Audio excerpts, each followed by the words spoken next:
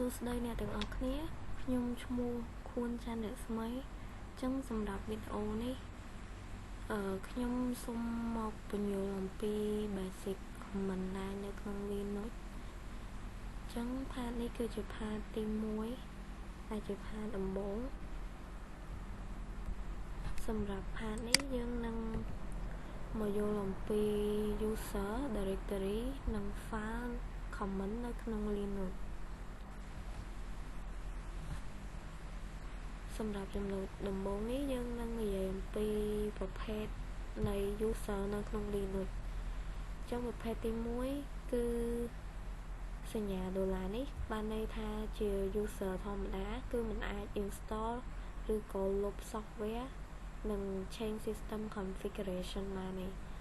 ប៉ុន្តែសម្រាប់ user ដែលមានសញ្ញាទ្រង់ជ្រូកនេះគឺ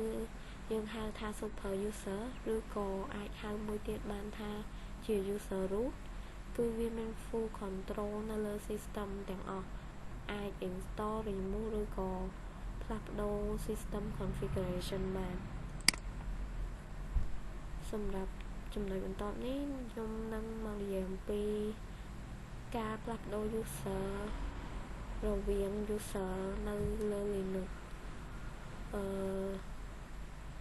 បើសិនជាយើងចង់ផ្លាស់ប្ដូរ user យើងនឹង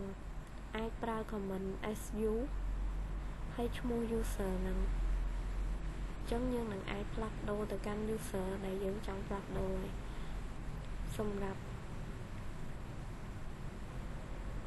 command su តតែនេះ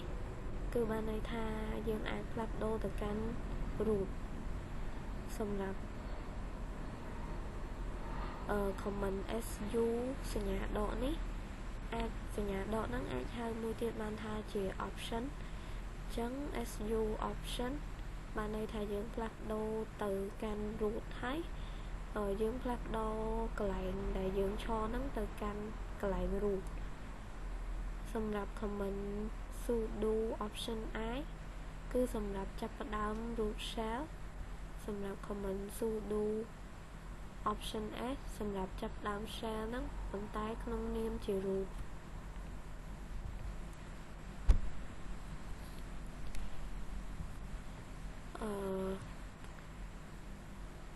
command su root គឺសម្រាប់ផ្លាស់ប្ដូរ user ទៅកាន់ root ប៉ុន្តែបើ command su option root គឺអាចផ្លាស់ប្ដូរទាំង user និងកន្លែងដែលយើងឈរទៅកាន់កន្លែង root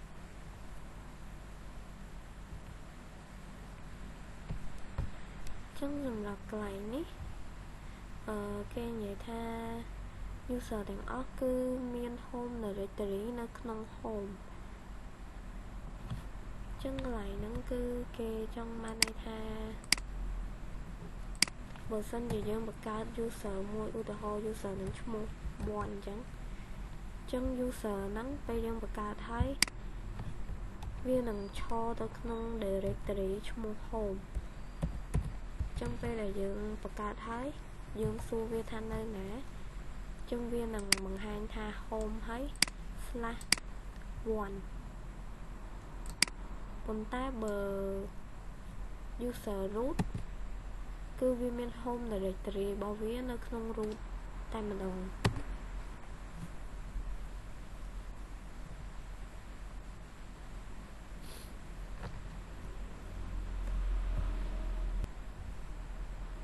ចឹងយើងនឹងចូលទៅកាន់ចំណុចបន្ទាប់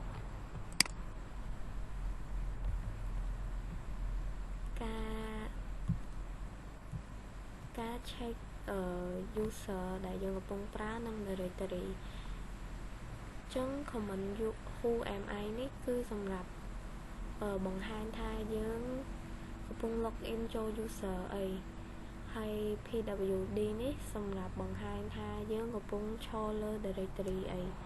ចឹងខ្ញុំសូមបង្ហាញបន្តិចនៅពេលដែលយើងដំណើរការយូរបន្ទូនៅក្នុងVMware machine ហើយយើងបើក putty មកចឹង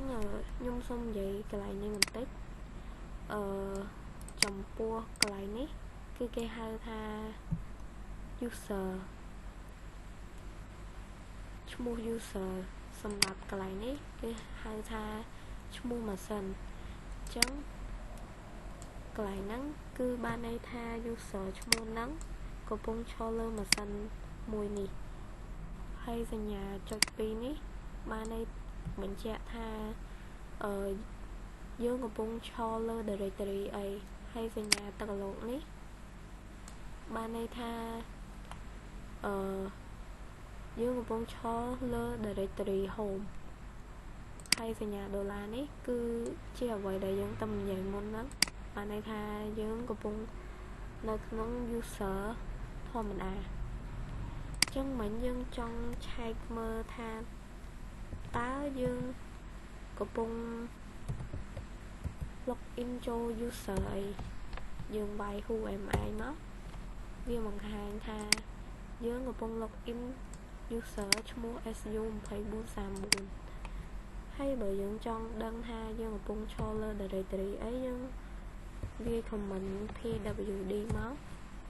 ចឹងវានឹងបង្ហាញថាយើងកំពុងឈរលើ directory home / user su2434 ចឹងចំណុចបន្ទាប់គឺយើងនឹងនិយាយអំពី navigating ជាមួយ command cd បើយើងវា command cd ទៅទេវានឹងឲ្យយើងទៅកាន់ home directory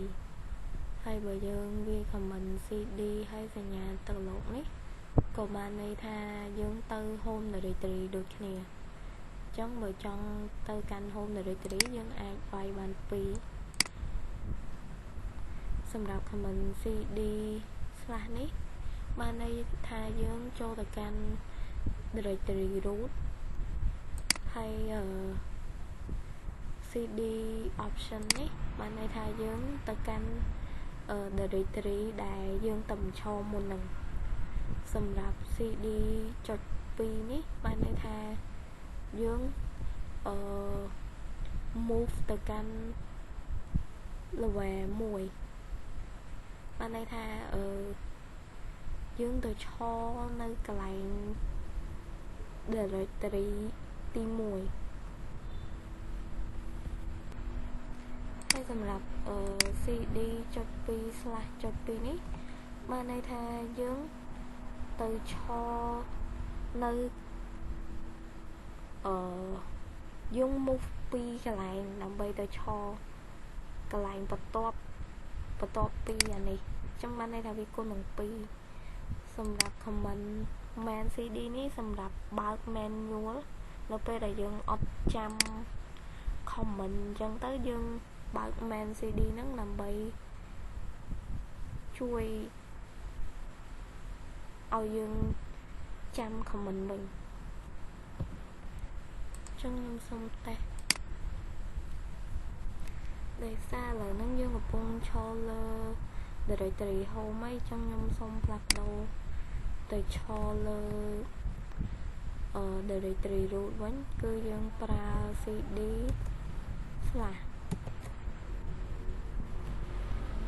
ចឹងនៅពេលដែលវាបង្ហាញសញ្ញា / នេះបានន័យថាយើងកំពុងឈរលើ directory root ហើយបើយើងចង់ផ្លាស់ប្ដូរទៅកាន់ directory home វិញយើងគ្រាន់តែវាយ cd ឬក៏សញ្ញាទឹកកលោកនេះចឹងវាផ្លាស់ប្ដូរមកសញ្ញាទឹកកលោកនឹងវិញហើយពេលដែលយើងចង់ផ្លាស់ប្ដូរទៅ directory ដែលយើងតំឈរមុនហ្នឹងយើងឈរលើ directory root ចឹងយើងប្រើ cd option ចឹងវាផ្លាស់ប្ដូរទៅកាន់ directory ដែលយើងតំឈរមុនហ្នឹង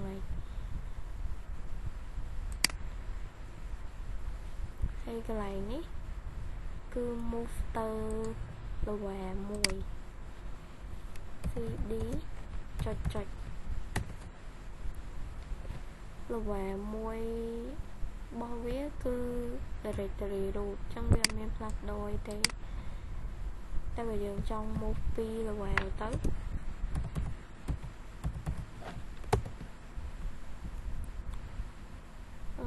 move ពី level ទៅក៏នៅតែ directory root ដដែលដោយសារយើងទំចូលបាន directory home និង directory root ដើម្បីបើក menu យើងវាយ ma and cd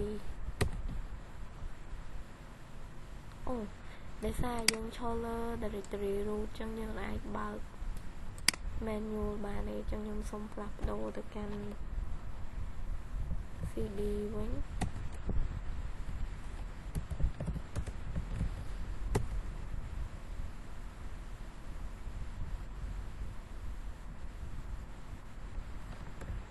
ខ្ញុំសូមចូលទៅចំណុចបន្ទាប់គឺ listing file និង directory បើយើងវាយ command ls វានឹងបង្ហាញ list file និង directory ទាំងអស់នៅក្នុងuser របស់យើងតែបើយើងវាយ ls option al វានឹងបង្ហាញ file ទាំងអស់ដែលមាននៅក្នុង directory យើងនឹងបន្ថែមជាមួយ file ដែលបាន hidden សម្រាប់ command ls ហើយយើងវាយ dir name គឺដើម្បី list content នៃ directory ណាមួយបានន័យថាយើងចង់បើក list នៅក្នុង directory ដែលយើងឲ្យឈ្មោះវានឹងសម្រាប់ comment ចុច hidden file នេះគឺវាជា file hidden ចឹងឲ្យតែ file ណាដែលមានសញ្ញាចុចពីមុខហ្នឹងបានន័យថាជា file hidden ចឹងខ្ញុំសូមសាក comment របស់យើងឥឡូវនេះយើងចូលលើ directory home ចឹងបើយើងចង់បើកនេះយើងវាយ ls មកវានឹងបង្ហាញទាំង file text directory user អីនៅក្នុងនឹងទាំងអស់តែបើយើងចង់បើកទាំង file hidden យើងប្រើ ls.al នេះវានឹងបង្ហាញទាំង file hidden នេះដែល file ណាដែលមានសញ្ញាចុចហ្នឹងបានន័យថាជា file hidden អញ្ចឹងពេលដែលយើងបើក ls មិញគឺអត់មាន file hidden នៅក្នុងហ្នឹងទេ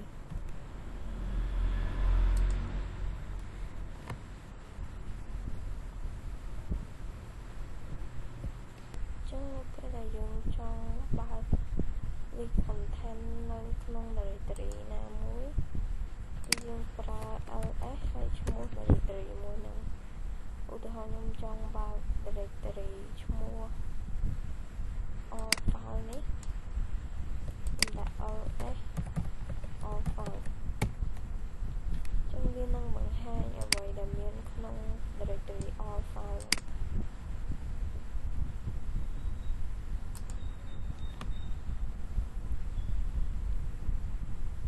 ចំណុចបន្ទាប់គឺការបង្កើត directory ជាមួយ mkdir command ចឹងនៅពេលដែលយើងចង់បង្កើត directory ឬក៏ហៅបានថាជា folder នៅក្នុង Windows ហ្នឹងតែក្នុង Linux គេហៅថា directory ចឹងយើងវាយ command mkdir ហើយឈ្មោះ directory ហ្នឹងទៅ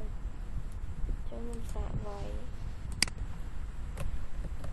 យើង clear មួយសិនដើម្បីងាយស្រួលមើល mkdir directory ខ្ញុំដាក់ឈ្មោះ first dir ចឹងយើងទៅបើក ls របស់យើង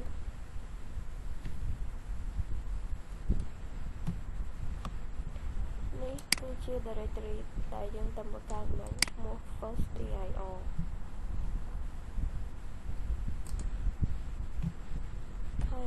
command mkdir độ p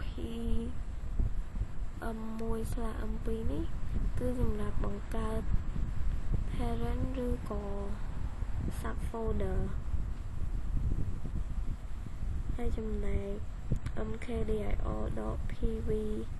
m3/m4 នេះគឺដូចគ្នាជាមួយនេះដែរគឺបង្កើត parent និង subfolder ដែរប៉ុន្តែវាបូកជាមួយបង្ហាញ process ដែរ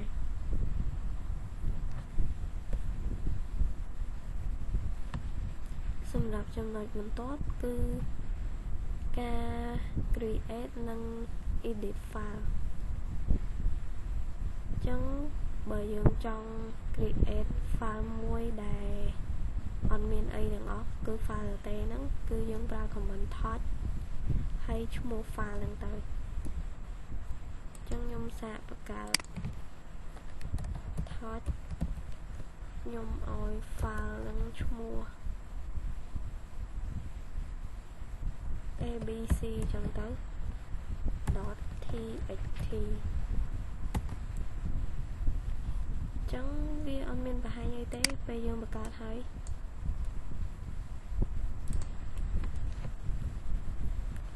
ប៉ុន្តែនៅពេលដែលយើងចង់ edit file ហ្នឹងគឺយើងប្រើ command vi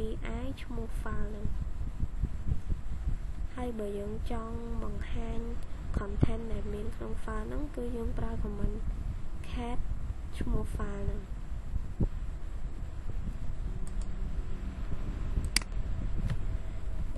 cat abc.txt ចឹងយើងអត់file ដែលយើងបង្កើតហ្នឹងគឺជា file ទទេហើយយើងអត់បានវាយអីចូលវាទេអញ្ចឹងវាអត់បង្ហាញអីទេពេលយើងសួរវាថាក្នុង file ហ្នឹងមានអីអញ្ចឹងដើម្បីឲ្យ file ហ្នឹងមានអក្សរយើងចូលទៅ edit វាទៅយើងអាចវាយតែអក្សរមួយឬវាចុច tab ចឹងមកក៏វាចេញដែរអញ្ចឹងនៅពេលដែលយើងវាយ vi ឈ្មោះ file ហ្នឹងហើយវាចូលមកកាន់ edit ហើយយើងអត់ទាន់ edit បានទេតយើងចុចសញ្ញាអក្សរ i អញ្ចឹងទើបយើងអាច insert បានចឹងខ្ញុំសាកវាយ I'm writing a lot of things now ខ្ញុំគ្រាន់វាយឧទាហរណ៍ចឹងទេហើយបន្ទាប់មកយើងចឹងនៅពេលដែលយើងវាយអ្វីដែលយើងចង់វាយហើយយើងចង់ save វាយើងចុចអក្សរ escape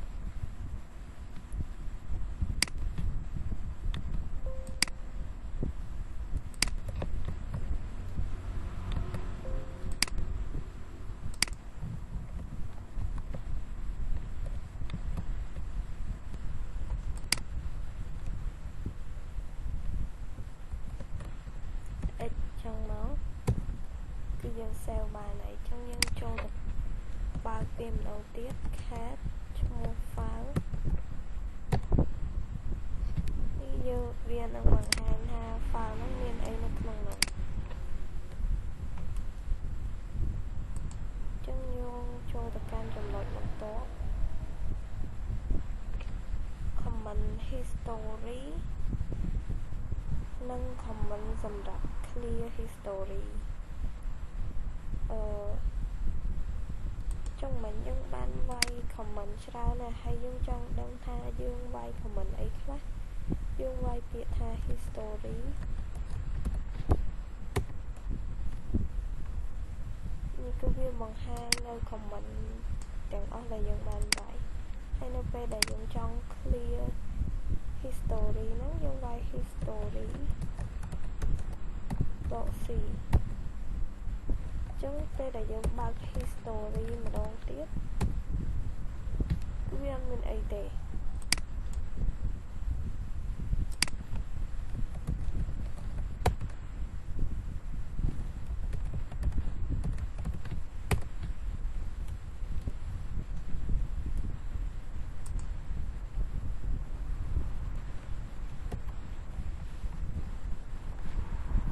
យើងចូលមកកាន់ទីបញ្ចប់នៃមេរៀនយើងហើយចឹងចំណុចសំខាន់នៃ part នេះគឺការបង្កើត file និងការ edit file នឹងដើម្បីបង្កើត file យើងប្រើ command touch ឈ្មោះ file និងដើម្បី edit យើងប្រើ command vi ឈ្មោះ file ហើយសញ្ញានេះគឺវានឹង redirect ទៅកាន់ output នៅក្នុង file ហ្នឹងចឹងក្នុង part ទី1នេះគឺខ្ញុំមានតែប៉ុណ្្នឹងទេអរគុណអ្នកទាំងអស់គ្នាសម្រាប់ការមើលវីដេអូនេះ